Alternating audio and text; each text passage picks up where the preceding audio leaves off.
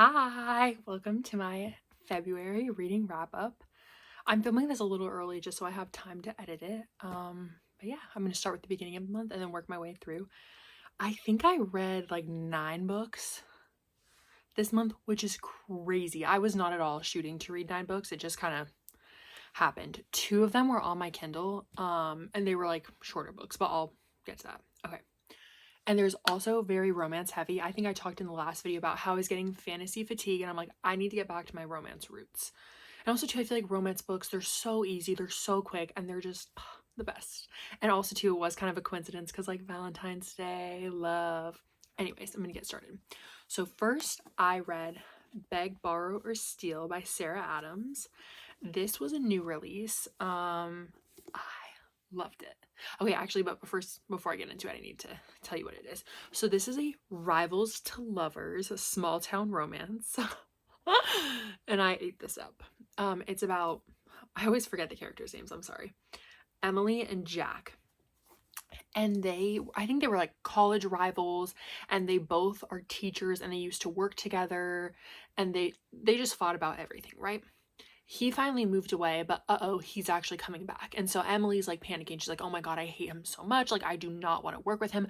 I don't want him in our town. I don't want him in my school. Like, bye-bye, you know?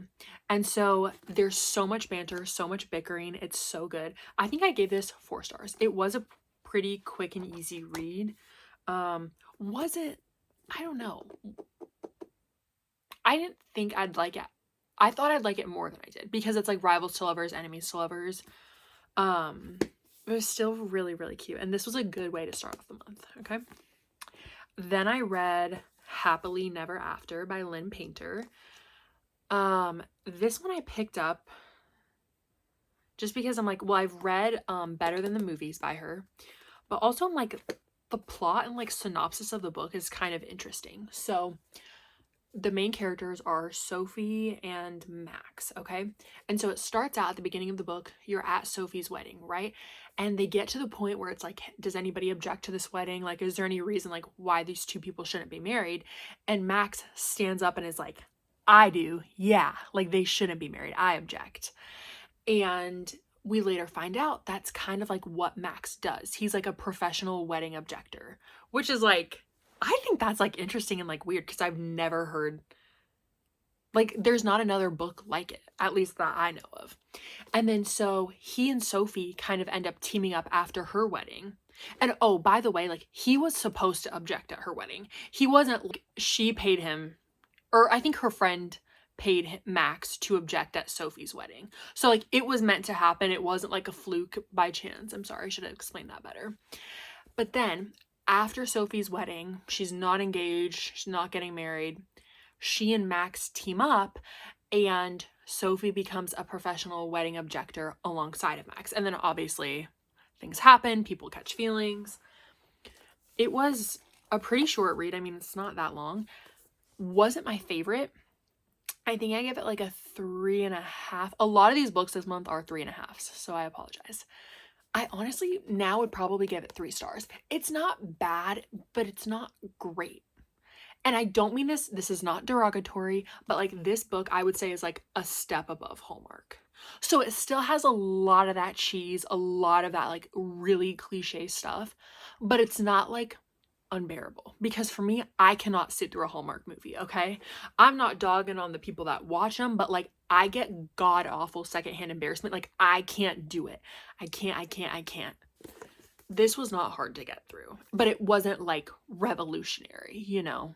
So, okay. Then the next book that I read, this was probably my favorite book of the month, okay? And I just got it because a lot of these I just got it because I saw them on Amazon or I saw like them on Goodreads or something. Was The Bodyguard by Catherine Center. First off, I love the cover of this, and look at the spine. It's so pretty, and like the flowers on the back. Girl, I was eating this book up left and right. I think I give it 4 stars, but honestly, I might give it 5, okay? Because again, another kind of like unique plot, okay? I'm sorry. I'm gonna have to look at the names of the characters for all these books, okay? It's Hannah and Jack, right?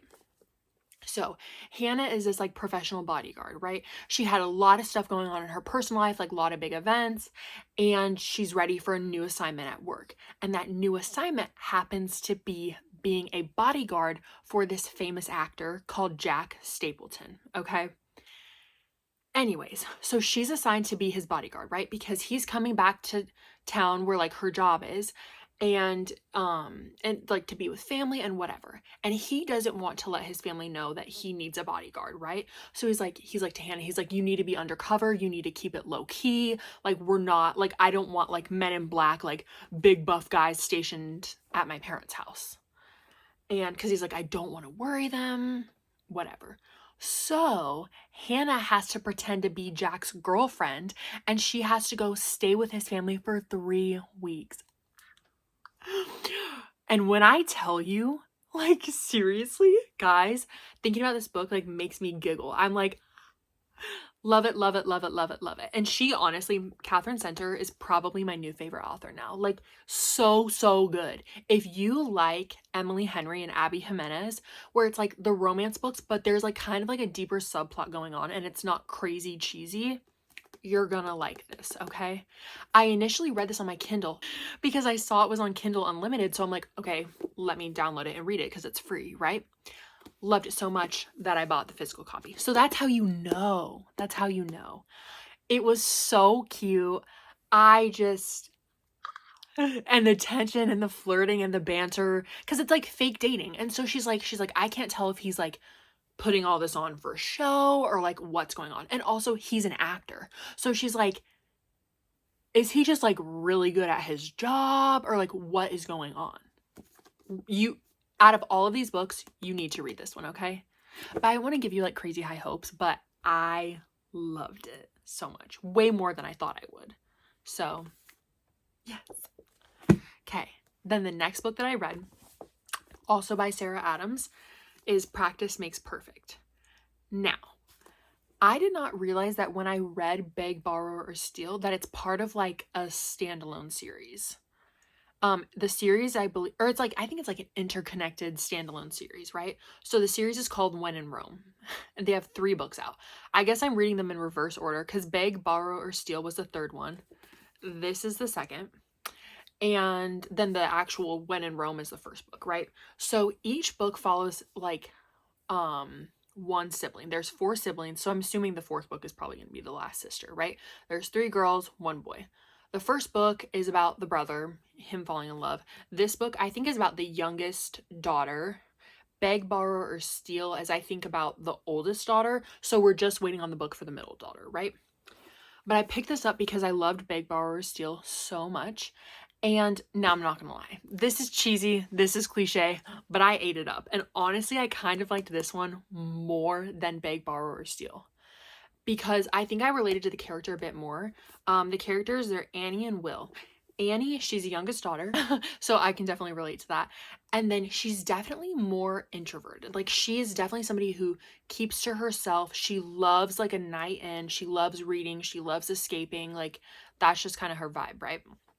But she's kind of has this like everyone thinks that she's like super super innocent because she hasn't really had much dates, whatever. I think she's 27 in this book, I want to say.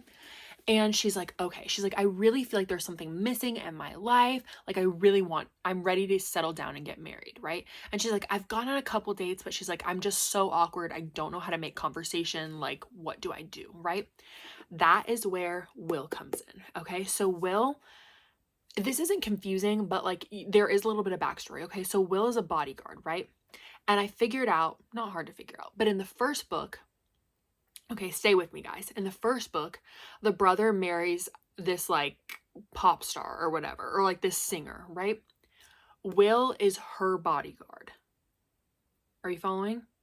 So because she's in town, I think her name's Amelia, because Amelia's in town, obviously like engaged to the brother. Surprise. That means Will's in town because he needs to like protect her from the crazies, right?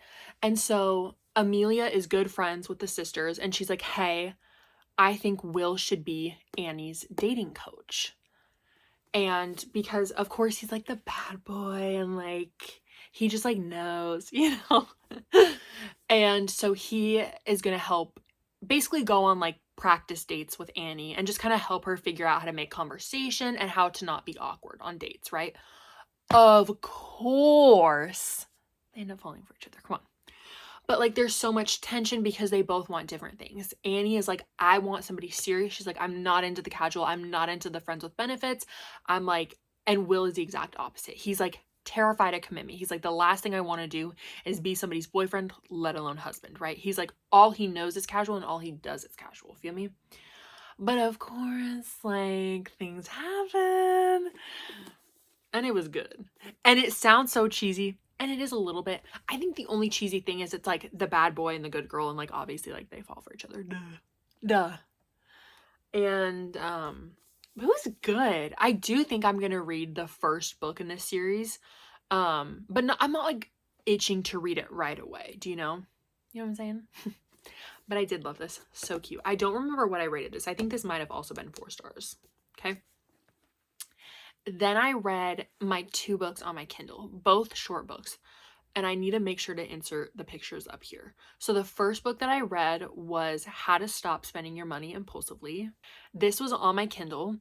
I literally just read it because I was like, I mean, the title says it all. Like, I wanted to read kind of like a self-help like book just to kind of help with my overspending because I spend money on dumb stuff. And it was really short. I like read it in like 10 minutes. I will say, I think I gave it like 3 stars. There was some helpful advice, but like, I think it was definitely, the book was more geared towards people who have like credit card debt, which like I don't. Bless. Woo! I'm sorry. But there was like some good advice. Like really the only thing I took away from it is it's like to identify like my spending triggers. And I know that I tend to spend money when I'm bored. And a lot of times that happens when I'm at work. So I'm like, all I took from that is it's like, okay, you can't spend money at work and just, so that was helpful, but like the rest of it kind of like wasn't for me. Then the next book I read on my Kindle was a short story. It's called The Fall Risk by Abby Jimenez. And this is a new release. She just released like a short story. Wasn't my favorite because I'm like, I want more because I love her as an author and I love her writing and her characters and just everything about her. I'm like, girl, I don't want a short story. I want a full book. Please. It was cute. Actually, I take that back. I'm just talking to talk. I don't remember the characters' names, but this girl, she was stuck in her apartment because there was like construction going on and the guys accidentally like took down the stairs and she's like in like a loft. And I was imagining like there are 2 doors that facing each other and there's like a landing, right? Kind of almost like a deck in between, and then there's stairs that go down. Are the hand movements helping? Hope so. And so the guy across the hall, of course, there's like a little thing, and they get stuck with each other over the weekend because they literally took the only way down to get out of there. And she has a stalker, and it's like this whole thing. I don't know. I just don't, it wasn't like crazy heavy, but it was like a little heavier than I like. You know what I'm saying? In the sense of like her like whole stalker thing. It was like heavy, like sad. It wasn't bad. It was like 80 pages. It was cute. The ending was cute, but I don't really have much to say on it. And then after I finished that, I read The Friend Zone by Abby Jimenez. And I started this because I'm like, I've read 3 of her books plus her short story. And I was like, I love her. So I was like, why not read some of her older stuff, right? Girl, this book, boom, I'm done. Do not read this book, okay? Do not read this book if you hate miscommunication and you hate like the friends with benefits type thing, because bang, bang, bang. I could not. I finished it. And like, again, the ending was good, but woo! It took too long to get there. It was the most annoying thing ever, okay? So, this is not a spoiler, okay? So the main characters are Kristen and Josh, right? Kristen, I think they're in like their 30s, I want to say, late 20s, early 30s. And Kristen has some health issues, and basically she will not be able to have kids, and she's getting a procedure done, and so she will not have kids, right? She ends up meeting this guy named Josh, and they kind of end up falling for each other, but he's very much like, I want 5 kids. I want a ton of kids, da da da. And she's like, well, I'm not even gonna entertain that, because if we were to like each other and it were to get further on down the line, I'd just disappoint him because I cannot give him biological kids. Oh my God. And of course they fall for each other anyways. And the whole book, I just want to go bang, bang, bang. I'm done. It was the most frustrating. It was so sad on so many levels. It was so frustrating watching them because they would not have a conversation. She would not tell him what was wrong. Get out. Get out. It's just making me heated talking about it. Next. I'm done. Then I read, this is a book that's been on my TBR for a while, and I was excited to read it. It was I'm Glad My Mom Died by Jennette McCurdy. So, this had been on my TBR for a while because it's nonfiction, which I'm trying to read, kind of get out of like the romance, fantasy, mystery genre, because those are like my 3 favorites, right? I'm trying to branch out and read other ones. And also too, because growing up, I loved iCarly, like hello. Like I was a Disney kid, but one of the few Nickelodeon shows I watched was iCarly, okay? And I just knew that like this book was really heavy, and I've heard a lot of good things about it, even though it is very sad. Oh my God, just what a sad life. And I don't say that in like a pity way, but just good Lord, I can't.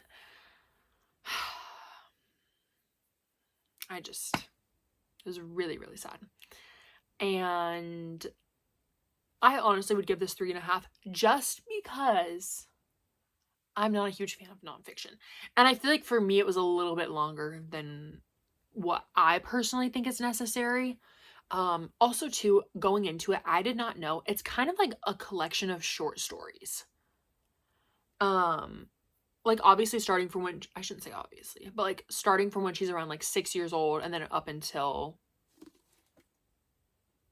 I'm assuming, before she published this. I mean, I definitely give it a read. I don't think like my time was wasted, but like I definitely wouldn't read this again, you know? But I'm glad I checked it off my list. So then the very last book that I read was The Rom-Commers by Catherine Center. Also, I don't know what she does with her books, but I love it. Look at the spine. Can you see it? We also got the, maybe put it right side up. We got the flowers again, hot pink pages, and then you open it and there's palm trees. I love when books are fun like this and they're bright colors. Anyway, so I picked this up because I believe this is a new release for her, or semi-new release. And she wrote The Bodyguard, which I loved, and so I was like, let me pick this up. It was a little disappointing for me, okay? And I was so excited because, again, the premise of the book, I was like, oh! I was like, I know I'm gonna love it. Okay. So the main characters, they're Emma and Charlie, okay? And Charlie, actually doesn't matter what his last name is. Charlie is a very, very, very famous screenwriter. So he just writes scripts for a living. And he's done a lot of like action movies and like apocalyptic movies, okay? And he gets tasked with writing a rom-com, which is garbage. Awful, awful, awful, awful, awful, right? And so his manager, Logan, gets a script, right? And he's like, girl, this is trash. And so Logan sends a script to his best friend, Emma, to help fix it, basically. And Emma is not a writer. Like, she's not a writer. I mean, she loves to write. She teaches English. She has degrees, like, she has writing-based degrees, but she's not a writer in the sense that Charlie is. You know what I mean? Like, she doesn't have anything published. She doesn't have all these, like, awards and accolades, right? But she's really, really good at what she does, okay? And so Logan, he's a middleman, right? He's Charlie's manager, but Emma's friend. And he's like, he's talking to Emma. He's like, you need to fly out here. You're going to help Charlie with his script. And Emma's freaking out because one, this is a big opportunity for her. But two, she's a huge fan of Charlie's work. Like loves him and how he writes and everything. And so she's like, okay, like, great. Like, she's a little hesitant because there's like some family stuff going on. And she's like, I don't know if I can leave. But she's like, but that gets sorted out. And she's like, okay, like, I can go. And so she goes to LA. She goes to Charlie's house with Logan. And Charlie has no idea that she's supposed to be there. And so there's this kind of like push and pull of like, Charlie doesn't really want to accept help. But Emma's like, well, you need it. And like, I do too. And so they're trying to write the script together. She's living with him. There's some tension. There's some romance between them. And Charlie is very like, I don't even want to be writing this. I'm just writing this rom-com script so I can get the project that I really want greenlit and made. You following?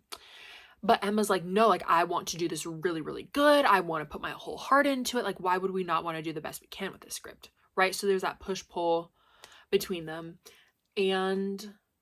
But honestly, like, I feel like from Charlie's end, there wasn't enough romance. Like, I was not buying that he was genuinely interested in her.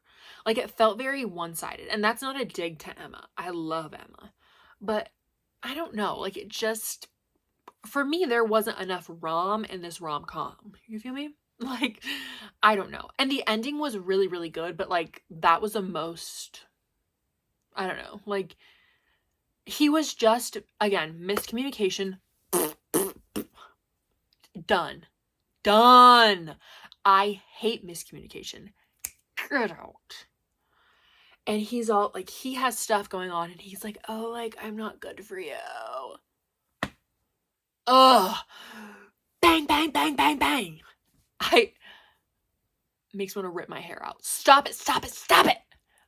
What if you, crazy suggestion, what if you were an adult and sat down and had a conversation with each other? Isn't that crazy? Isn't that crazy? No, but for real, it was just the most frustrating thing to read.